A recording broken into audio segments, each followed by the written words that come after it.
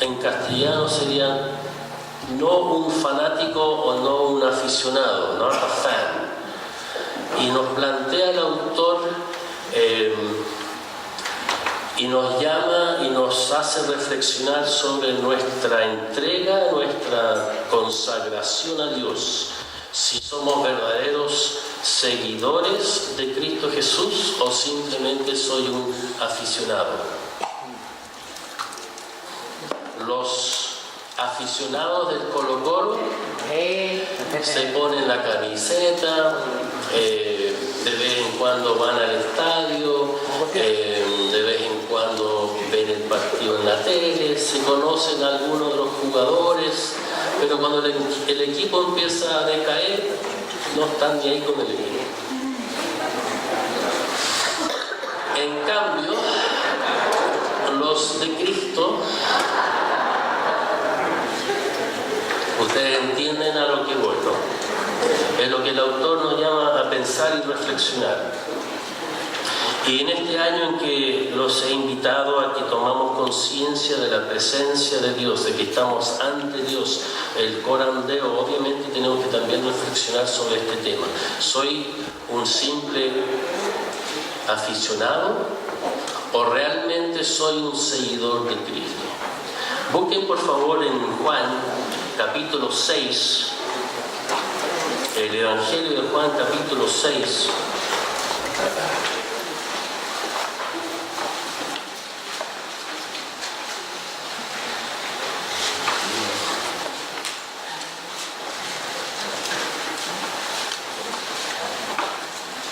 Tenemos al inicio el relato de la alimentación de los 5,000. Jesús se encuentra con una multitud, están ahí al lado del mar de Galilea y entonces después de haberles predicado, después de haberles enseñado, después de haber exhortado la palabra, surge el tema de, bueno, pasa la hora, la gente tiene hambre y cómo los vamos a alimentar.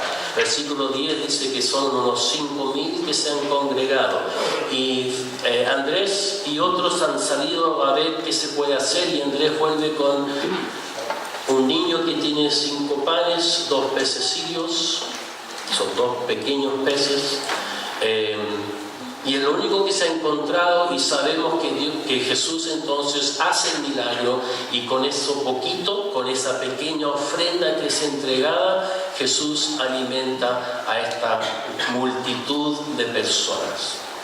Pero si seguimos leyendo nos damos cuenta que en la noche entonces Él se aparta solo, va al monte, es uno de esos momentos donde quizás Él ya queda agotado, cansado por lo que ha vivido durante el día y necesita su tiempo a solas con Dios, y los discípulos suben a una barca y empiezan a cruzar el mar al otro lado.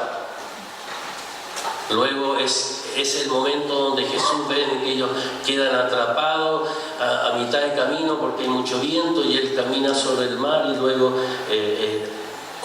hace ese milagro de caminar sobre el mar y al final llegan al otro lado. Pero ¿qué pasa al día siguiente? La multitud amanece, despierta y se dan cuenta que Jesús ni los discípulos están ahí.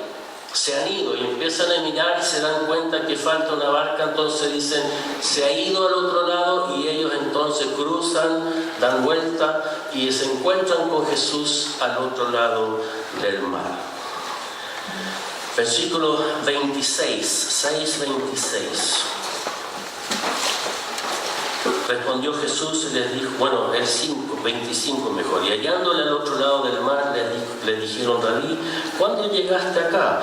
Y respondió Jesús y les dijo, de cierto os digo que me buscáis, no porque habéis visto las señales, sino porque comisteis el pan y os saciaste.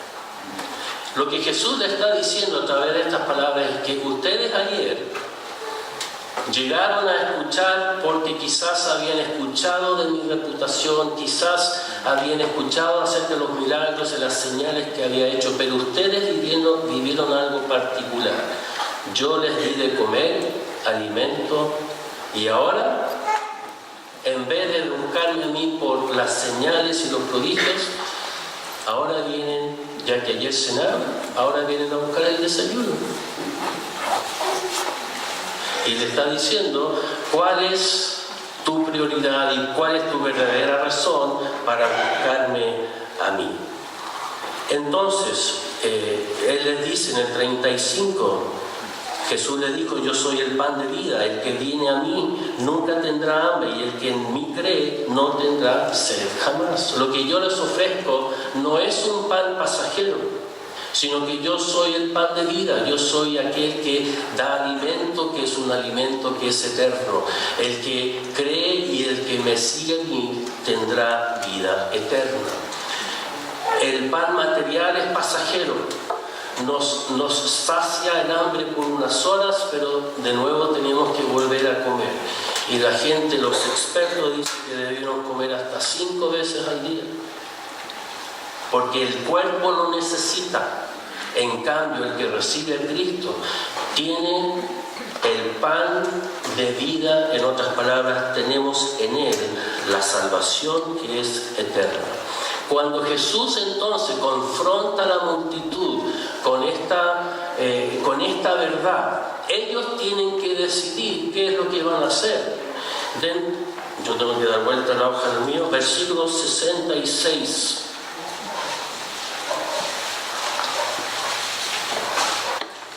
Cuando se enfrentan a este desafío, cuando Jesús los confronta con esta verdad y tienen que decidir, dice: desde entonces muchos de sus discípulos volvieron atrás y ya no andaban con Él.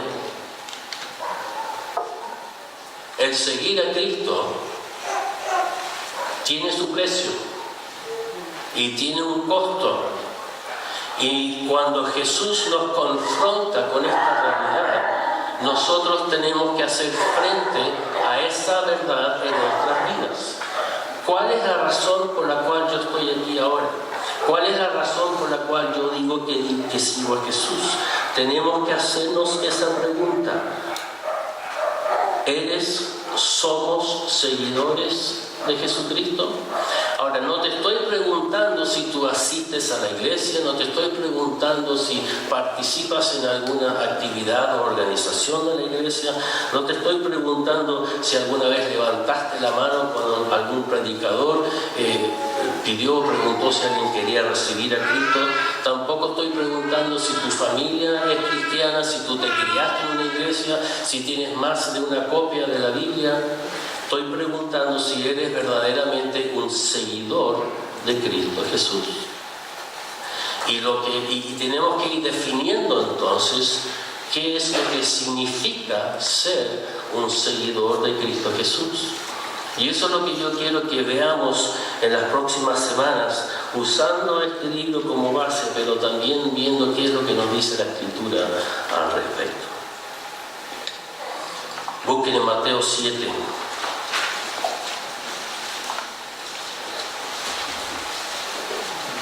Porque obviamente no queremos escuchar de parte de Jesús estas palabras.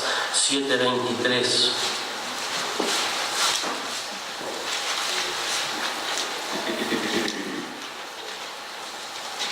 Y entonces les declararé: nunca os conocí, apartaos de mí, hacedores del mal.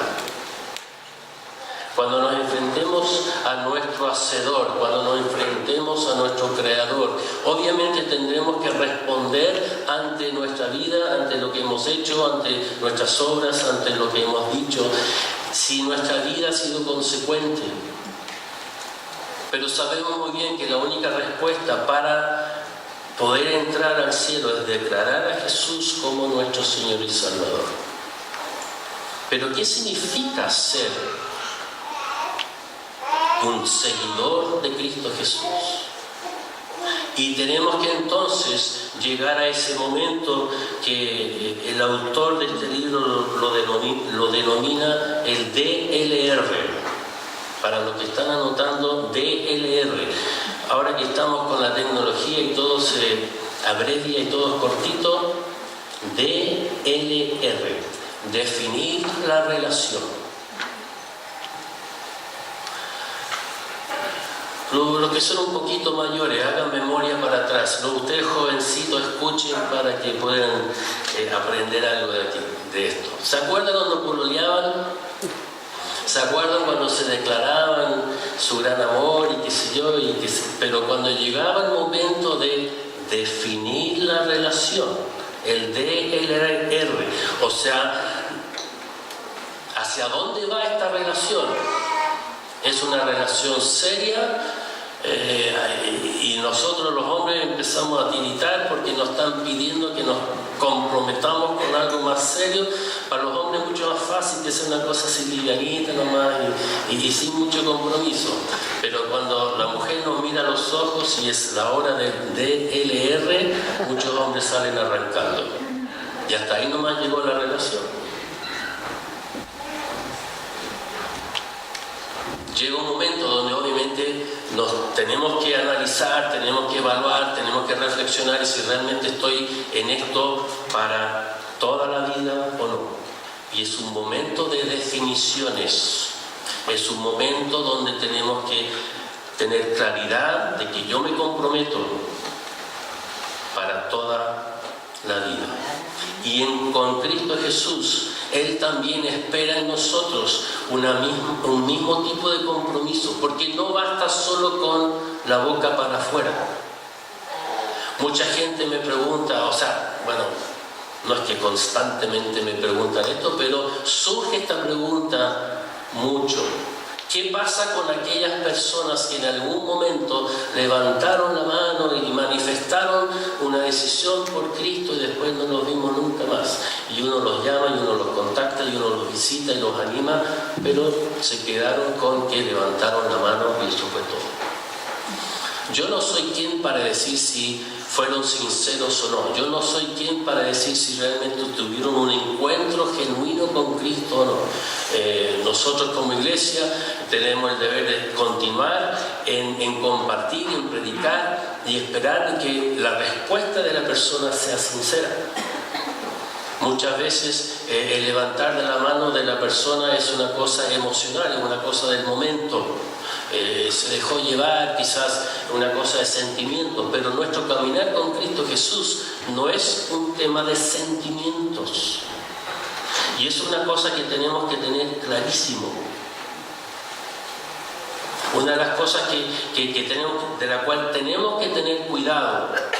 Y esto lo ve uno a través de la televisión, a través del YouTube, a través de la radio.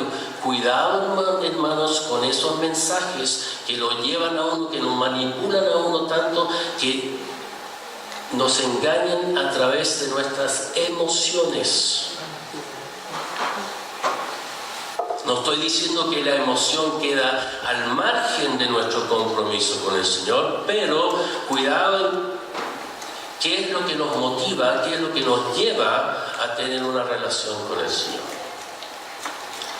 Y el caminar con Cristo Jesús no es un tema de emociones, porque si fuese así, tendríamos que crear cultos de tal forma de que todos terminen llorando y que todos terminen arrodillados aquí pidiendo perdón a Dios y que obviamente uno quiere sentir la presencia de Dios, uno quiere sentir la voz de Dios, porque hay una relación y obviamente en una relación con otra persona obviamente hay sentimiento, pero el seguir a Cristo no es en base a emociones.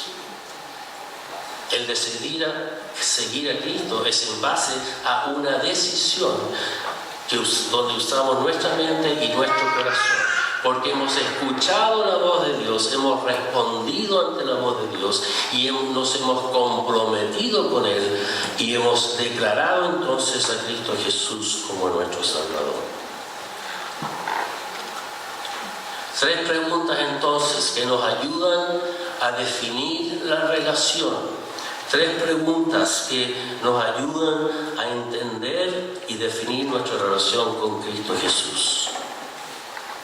Y antes de esas preguntas, leamos en Mateo 7, del 21 al 23. Ya leímos el 23, pero el 21 dice: no todo el que me dice Señor, Señor, entrará en el reino de los cielos, sino el que hace la voluntad de mi Padre que está en los cielos.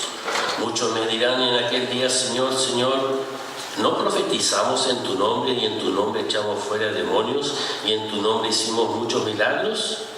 Y entonces les declararé: nunca os conocí, apartaos de mí, hacedores del mal.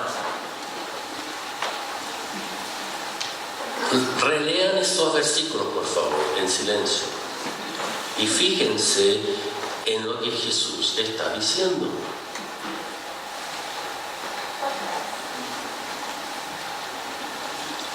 Primera pregunta: ¿es tu vida un verdadero reflejo de lo que dices creer? ¿Es tu vida un verdadero reflejo de lo que crees? En otras palabras, ¿somos consecuentes con lo que decimos? Porque decimos que creemos en Cristo, decimos que Jesús es nuestro Señor y Salvador, decimos de que somos cristianos. Pero cuidado con lo que ya dije, de que nuestra declaración sea una cosa simplemente de la boca para afuera. Porque Jesús ahí en el versículo 21 dice: no todo el que me dice Señor, sino el que hace la voluntad del Padre. Entonces, no podemos ser cristianos simplemente por lo que decimos, no podemos ser cristianos solo de la boca para afuera. Y vivimos en tiempos, hermano, en que ya no importa tanto ser consecuente con lo que uno dice. ¿Cuántos creen de que una buena alimentación, una buena dieta y el ejercicio es bueno para la salud? Levanten la mano. Gracias. ¿Cuántos de ustedes hacen algo al respecto? Qué bueno. Pero ¿qué es lo que la mayoría va a hacer? Van a ir a almorzar después y en vez de pedirse el lomo con ensaladita, se viene el lomo a lo pobre, con papas fritas, con el huevo frito, con la cebolla frita, y nos comemos un tremendo plato. Y más encima pedimos postre. Y hasta el postre más sencillo, el durazno, y el durazno viene con harta azúcar y igual le ponemos crema encima.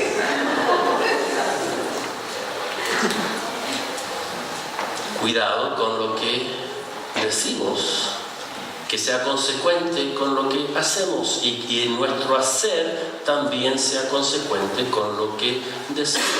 Obviamente sabemos que debemos cuidar nuestra dieta, que debemos hacer ejercicio, pero muchos simplemente por flojera y empiezan las excusas y empezamos a justificarnos el por qué no hago esto, aunque sé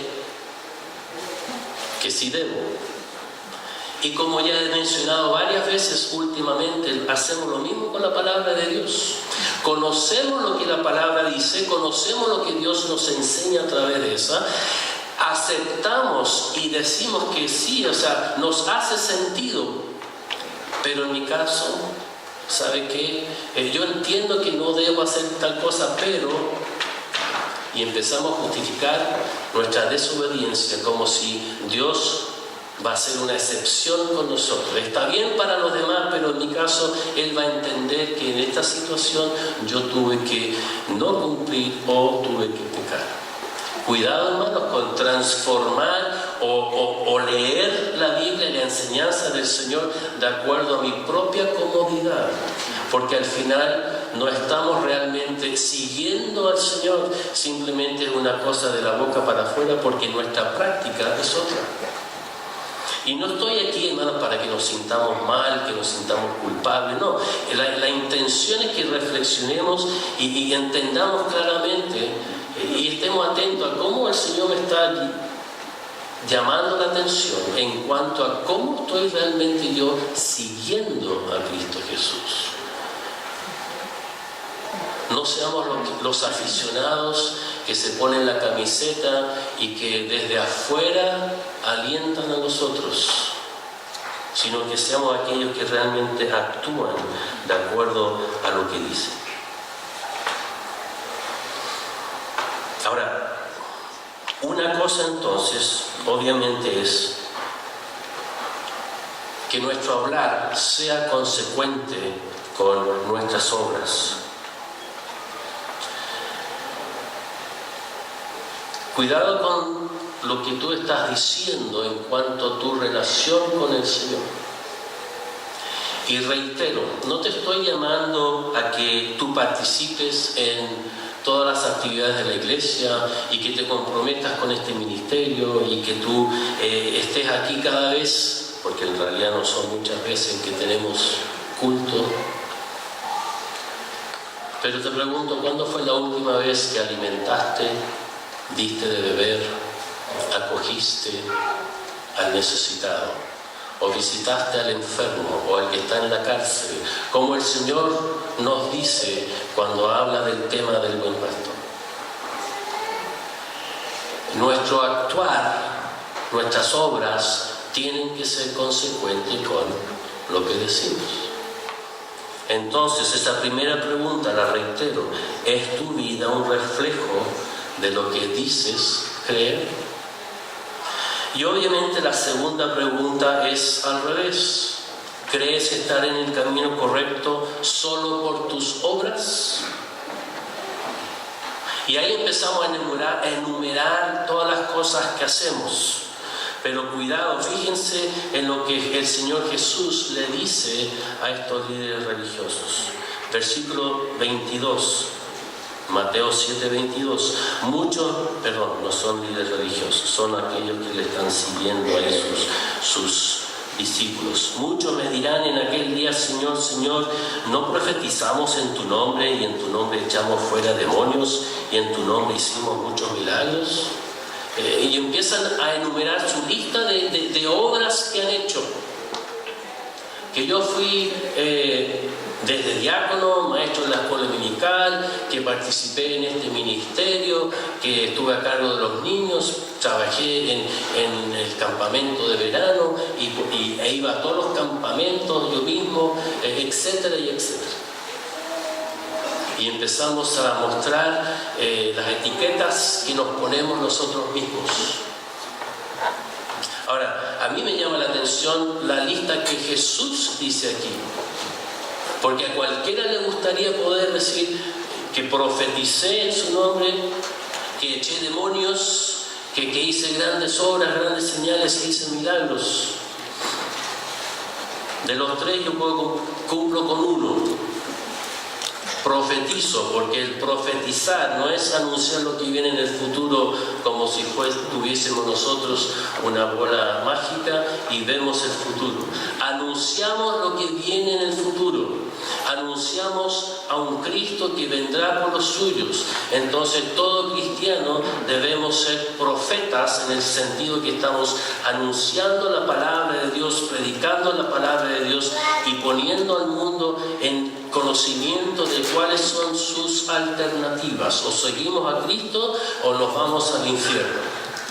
Pero nunca he echado yo un demonio y nunca he visto a Dios obrar a través mío en una forma milagrosa. Pero a cualquier pastor, a cualquier creyente le encantaría poner en su currículum: echador de demonios, hacedor de milagros.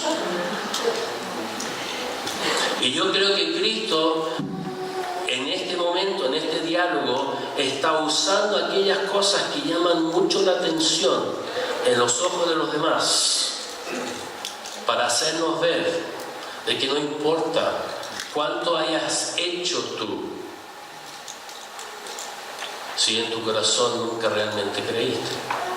Porque nosotros podemos ser de la boca para afuera, o podemos a través de nuestro actuar llenarnos de elogios entre nuestros pares, pero ante el Señor nunca nos sinceramos y nunca tuvimos una relación real con Él. Hace un tiempo atrás, mucho tiempo atrás, usé una palabra que no fue bien recibida, pero creo que me entenderán. Muchas veces podemos caer en el activismo como iglesia, como organización. Y lo que nos tiene que mover es una entrega real, un servicio a nuestro Dios. Por lo tanto, como iglesia, todas nuestras obras, organizaciones, ministerios, todo lo que hacemos siempre tiene que enaltecer a Dios, tiene que enaltecer al Hijo, tiene que enaltecer al Espíritu Santo, a Dios Trino, y tiene que llevarnos a nosotros a una consagración real y sincera ante nuestro Señor. Entonces, ¿soy de esos que dicen que soy? ¿O soy de esos que trabajan mucho, pero lo único que hago es posicionarme entre otros? ¿Cuál es la condición? ¿Y cómo es que Cristo define la relación? ¿Cómo es que Cristo aplica el DLR? Versículo 23. Entonces les declararé, nunca os conocí. La relación que tenemos con Cristo Jesús es una relación donde Él nos conoce a nosotros y Él nos declara a nosotros como sus discípulos, en donde el Padre Celestial nos declara a nosotros como sus hijos, en donde ellos